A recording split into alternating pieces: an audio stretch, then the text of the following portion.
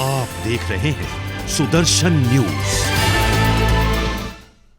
नमस्कार, आप देख रहे हैं सुदर्शन यूपी और मैं हूं आपके साथ मोनिका ग्रोवर। ललितपुर में ब्लॉक प्रमुख के चुनाव को लेकर बीजेपी पार्टी के साथ अन्य राजनीतिक दल भी सक्रिय हैं। आपको बता दें कि कार्यक्रम के तहत विभिन्न विकास खंडों में नामांकन दाखिल करने की प्रक्रिया हुई। प्रशासनिक और पुलिस अफसरों की निगरानी और कड़ी सुरक्षा व्यवस्था के बीच प्रत्याशियों ने नामांकन दाखिल किए। वहीं प्रत्याशियों को प्रशासन की तरफ से निर्देश देने के बावजूद भी आदेशों का पालन नहीं किया गया।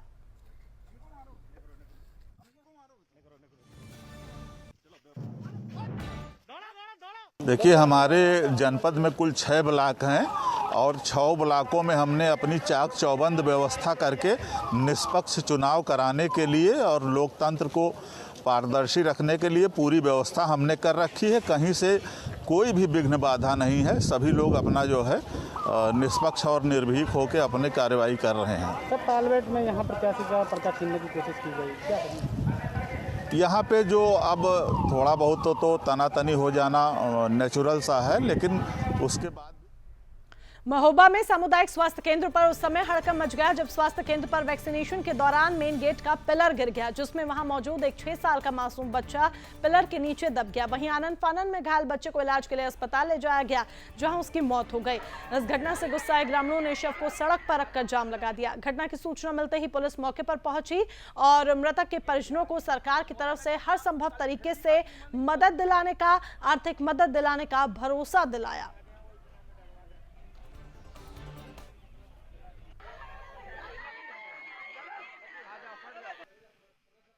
हमारा नाम है संतोष सेन। हमारे बेटे के साथ ये घटना घटी है कि वो माँ के साथ अपनी वैक्सीन लगवाने अस्पताल आया था और अस्पताल का गेट गिर गया ऊपर पिलर।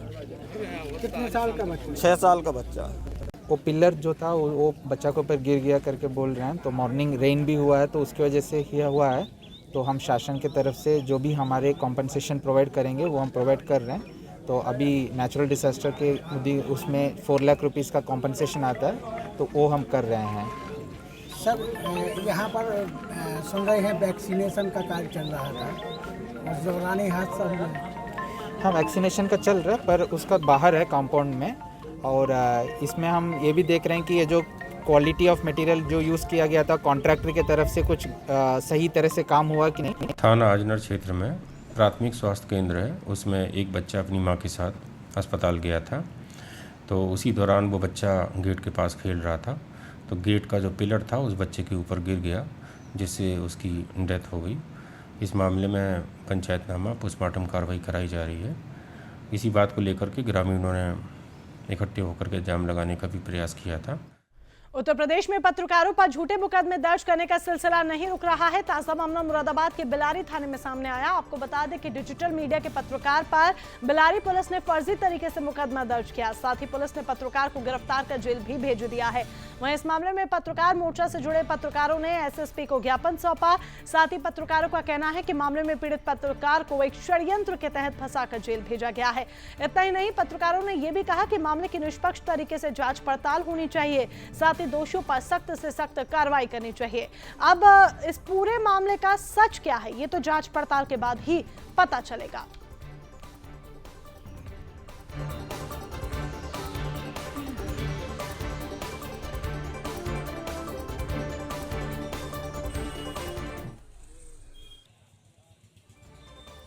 आज हम आज़ाद पत्रकार मोर्चा की तरफ से समस्त पत्रकारगण बिलारी थाने में पुलिस द्वारा एक निर्दोष पत्रकार को एक झूठे मुकदमे में एक ऐसी महिला ने आरोप लगाया था जिसका पति पहले ही सट्टे की खाईवाड़ी करता है। उसके बावजूद भी पुलिस ने जब पत्रकार थाने पे किसी समाचार के संलग्न में गया तो वहाँ मौजूद पुलिस ने उनके साथ दुर्व्यवहार करते हुए उनसे ये कहा कि आपके खिलाफ 376 का मुकदमा कायम है। तो पत्रकार को कुछ नहीं पता था। उस समय भी पत्रकार ने कहा कि मुझे इस बारे में कोई जानकारी नहीं है, लेकिन पुलिस ने, जो थाना पुलिस थी, उस समय कोई भी बात नहीं सुनी। सहारनपुर जनपद के थाना सरसावा क्षेत्र के सोरना से यमुना नदी राजघाट तक बाबा बंसीवाले की शव यात्रा निकाली गई, जिसे पैदल चलकर 3.5 घंटे में यमुना नदी राजघाट पहुंचकर पूरा किया गया। मौके पर हजारों की संख्या में मौजूद श्रद्धालुओं ने जयकारा और मंत्रोच्चारण के साथ नम आंखों से श्रद्धांजलि दी। वहीं जैसे ही बाबा बंसीवाले के पंचतत्व में लीन होने की सूचना भक्तों को मिली, हजारों की संख्या में उनके भक्त ग्राम सोरना स्थित हनुमान मंदिर में उनके अंतिम दर्शन करने के लिए पहुंच गए। मुझे लगता है कि फोर्सफुली किसी के साथ भी इस तरह का कार्य होना, धर्मांतरण होना, क्योंकि धर्म एक निजी विषय है, आध्यात्म और स्वयं से जुड़ा विषय है या स्वयं की कॉन्शियसनेस से जुड़ा विषय है। इस विषय पर इस प्रकार का जो तथ्य या जिस प्रकार की जांच सामने आ रही है, ये वाकई इंसान को डराने वाली है, खौफजदा और भयावह करने वाली है। जिस प्रकार गौतम को लेकर के, गौतम उमर को लेकर या गौतम मोहम्मद को लेकर जो चला आ रहा है, मैं इससे बहुत बहुत दुखी हूँ। पर मैं खुश इसलिए हूँ कि मैं उत्तर प्रदेश में हूँ, और उत्तर प्रदेश में जो कभी रोगी हुआ करता था, आज ये योगी के होने से बच भी गया और सेफ भी है। हरदोई में स्वास्थ्य विभाग की लापरवाही का एक बड़ा मामला सामने आया है। आपको बता दें, सामुदायिक स्वास्थ्य केंद्र के पास कोरोना वैक्सीन का बॉक्स सड़क पर खुले में पड़ा हुआ मिला, जिसके बाद मामले की सूचना पुलिस को दी गई। वहीं अस्पताल के अधीक्षक से इस मामले में पूछा गया तो अधीक्षक ने कहा कि कोई 2 अज्ञात लड़के आए थे और वैक्सीन बॉक्स लेकर चले गए। अब सवाल यहाँ पर यह उठता है कि जब सरकार की तरफ से कोरोना वैक्सीन को कड़ी सुरक्षा में रखने के निर्देश दिए गए हैं, तो आखिर स्वास्थ्य विभाग इतनी लापरवाही क्यों कर रहा है? क्या ये लापरवाही जानबूझकर की गई है या फिर अनजाने में हुई है?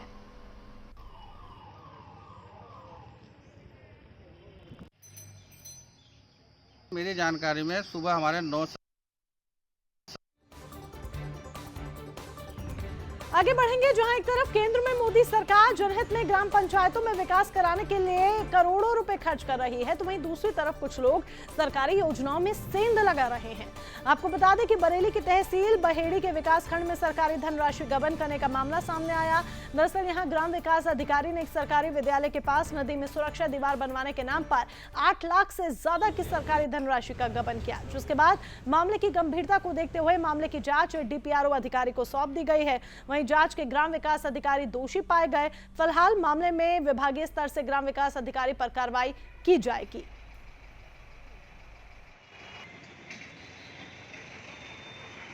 यहाँ तो जो है मगर शिकायत जो है पहले भी हुई है, और अगर जांच में आपके अनुसार ये है कि बहुत ही जो सही जांच नहीं हुई जी, तो इस बार जो है मैं स्वयं जो है जी हम लोग इसको देखते हैं और डीपीआरओ को स्वयं भेजते हैं जी। अगर वास्तव में ऐसा है तो गंभीर कार्रवाई जी। बदायूं में भारतीय किसान यूनियन के पदाधिकारियों ने धरना प्रदर्शन किया। साथ ही किसान यूनियन के पदाधिकारियों ने राष्ट्रपति को ज्ञापन दिया। आपको बता दें कि यह ज्ञापन किसी यूनियन ने बढ़ती महंगाई को लेकर दिया है। वहीं पर किसान यूनियन के कार्यकारिणी सदस्य राजीव गुप्ता का कहना है कि सरकार पेट्रोल डीजल पर निरंतर पैसा बढ़ा रही है, जिसकी वजह से किसानों को काफी परेशानी हो रही है। उन्होंने कहा कि सरकार हमारी जनहित की मांगों को स्वीकार नहीं करेगी अगर, तो फिर हम अनिश्चितकालीन धरना प्रदर्शन करने के लिए बाध्य होंगे। वहीं इस अवसर पर तहसील अध्यक्ष, जिला प्रभारी सदस्य, प्रदेश कार्यकारिणी क्षेत्र के सभी सदस्य, किसान यूनियन के कार्यकर्ता मौजूद रहे।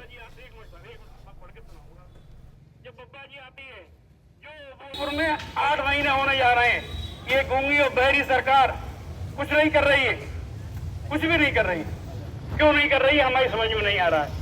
और हम आज सिर्फ 11 आदमी आए, क्या बंदे ने, हमने राकेश जी से आज सवेरे बात हुई, हमने कहा राकेश जी धान की गढ़ाई चल रही है, गर्मी बहुत पड़ रही है, और हम 11। अगली खबर बुलंदशहर से है, जहां प्रशासन के हाथ एक बड़ी कामयाबी लगी है। आपको बता दें कि कुछ दिन पहले सिकंदराबाद में एक ट्रक की लूट की गई थी, जिसका पुलिस ने खुलासा कर दिया है। दरअसल लूट के बाद ट्रक के मालिक ने थाने में इस मामले की शिकायत की, जिसके बाद पुलिस की टीम ने जीपीएस सिस्टम की मदद से चोरी हुए ट्रक की लोकेशन को ट्रेस किया। साथ ही पुलिस ने रंगे हाथों 4 आरोपियों सहित ट्रक को बरामद भी कर लिया है। फिलहाल पुलिस आरोपियों को गिरफ्तार कर जेल भेज चुकी है और उनसे पूछताछ कर रही है।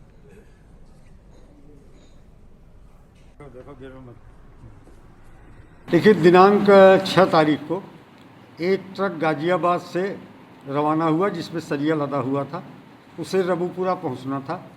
ये रास्ता मैक्सिमम 1 से 1.5 घंटे का था, लेकिन जब देर तक ट्रक मौके पर नहीं पहुंचा तो ट्रांसपोर्टर ने ट्रक मालिक से संपर्क किया। ट्रक मालिक ने अपने ड्राइवर को फ़ोन मिलाया, उसका फ़ोन नहीं मिल पाया, स्विच ऑफ जा रहा था। गुन्नौर में उस वक्त हड़कंप मच गया जब असमोली थाना क्षेत्र के पातालेश्वर शिव मंदिर में एक दिव्यांग साधु की निर्मम तरीके से हत्या कर दी गई। आपको बता दें कि शुक्रवार को कुछ लोग पूजा करने के लिए मंदिर में गए थे, तभी मंदिर परिसर में साधु की लाश खून से लथपथ मिली। दरअसल बताया जा रहा है कि साधु के सर पर धारदार हथियार से हमला बोला गया, जिसमें साधु की जान चली गई। मौके पर मौजूद लोगों ने मामले की सूचना पुलिस को दे दी है, जिसके बाद मौके पर पहुंची पुलिस ने मामले को दर्ज कर शव को पोस्टमार्टम के लिए भेज दिया है। साथ ही पुलिस हत्या के आरोपी को गिरफ्तार कर चुकी है और उससे पूछताछ भी कर रही है।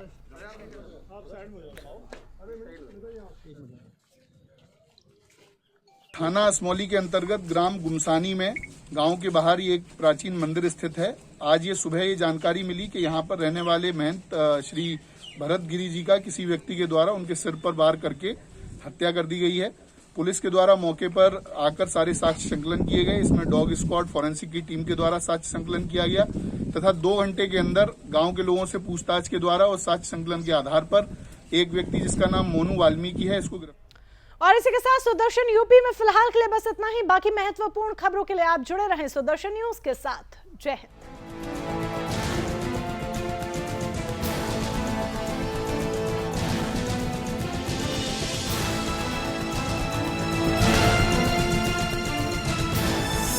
आप देख रहे हैं सुदर्शन न्यूज।